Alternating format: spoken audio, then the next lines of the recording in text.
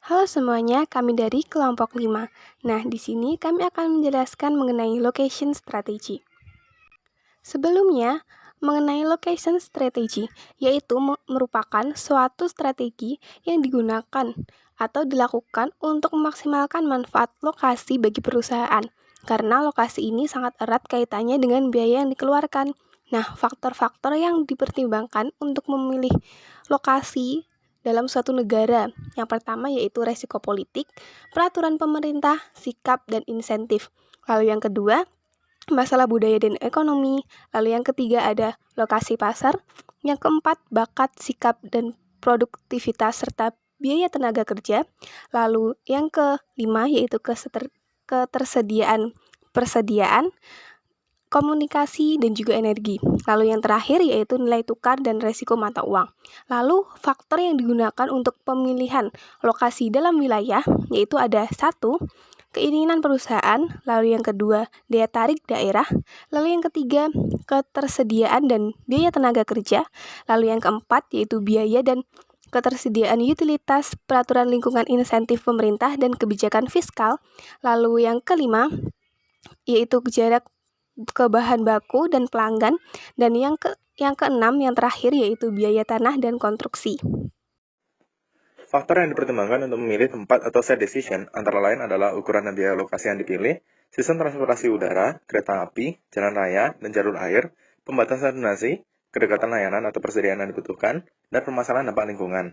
Sementara itu, faktor yang mempengaruhi keputusan lokasi antara lain adalah produktivitas tenaga kerja, nilai tukar dan risiko mata uang, biaya yaitu tangible dan intangible cost, sikap, kedekatan dengan pasar, kedekatan dengan supplier, dan kedekatan dengan pesaing atau clustering.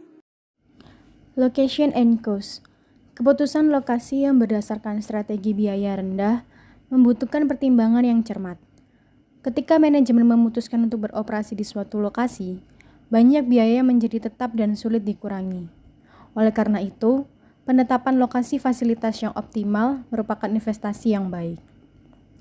Location and innovation. 4 atribut kunci ketika strategi didasarkan pada inovasi. Yang pertama, input berkualitas tinggi dan terspesialisasi. Yang kedua, lingkungan yang mendorong investasi dan persaingan lokal. Yang ketiga, pasar lokal yang canggih.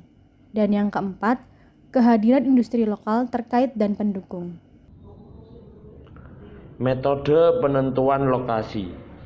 Metode pemeringkatan faktor, yaitu faktor rating method, merupakan sebuah metode penentuan lokasi yang mementingkan objektivitas dalam proses mengenali biaya yang sulit untuk dievaluasi.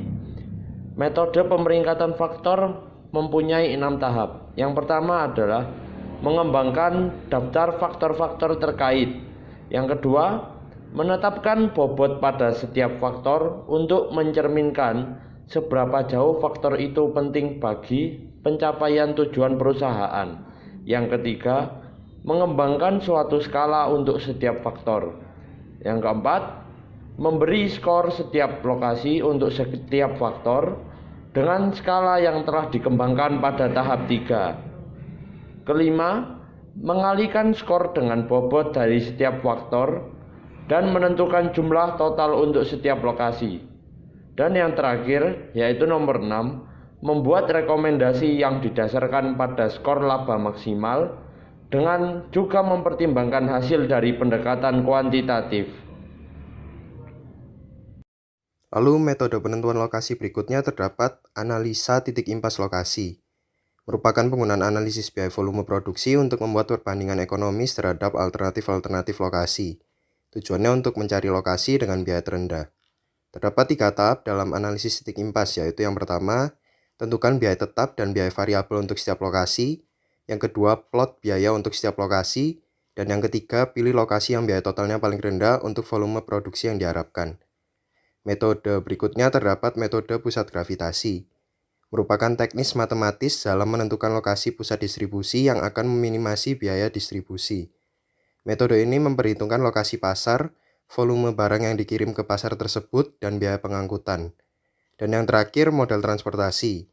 Tujuan dari model transportasi adalah untuk menetapkan pola pengiriman terbaik dari beberapa titik penawaran ke beberapa titik permintaan agar dapat meminimalkan produksi total dan biaya transportasi. Strategi lokasi Unilever untuk mengembangkan perusahaannya. Unilever tersedia di lebih dari 90 negara. Unilever mempunyai lokasi di Afrika, Amerika, Asia Pasifik, Eropa, dan Timur Tengah. Unilever menerapkan pilihan yang mempertahankan lokasi yang sekarang dan menambah fasilitas di tempat lain. Unilever mulai menjalankan operasi mereka di United Kingdom, kemudian di tahun 1930-an, mereka mulai masuk ke pasar Afrika dan Latin Amerika. Sekarang, kantor pusat global Unilever terletak di London. Beberapa kantor pusat penelitian dan pengembangan PT Unilever, yaitu di Bangalore, Colworth, Port Sunlight, Shanghai, Trumbull, dan Hive. Lokasi Unilever di Indonesia.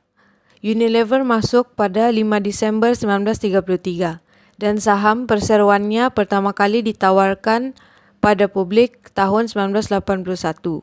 Dicatatkan pada Bursa Efek Indonesia sejak 11 Januari 1982. Unilever Indonesia menjadi perusahaan keempat terbesar berdasarkan kapitalisasi pasar. Unilever saat ini memiliki 9 pabrik di kawasan industri Jabeka, Cikarang, dan di kawasan Rungkut, Surabaya, dan kantor pusatnya berada di Jakarta. Untuk menjangkau ratusan ribu toko di seluruh Indonesia, Unilever memiliki 16 produsen pihak ketiga, 10 gudang depo, 30 kantor area penjualan, 641 distributor. Salah satu lokasi pabrik PT Unilever Indonesia terletak di Jalan Rungkut Industri. Rungkut adalah suatu wilayah industri.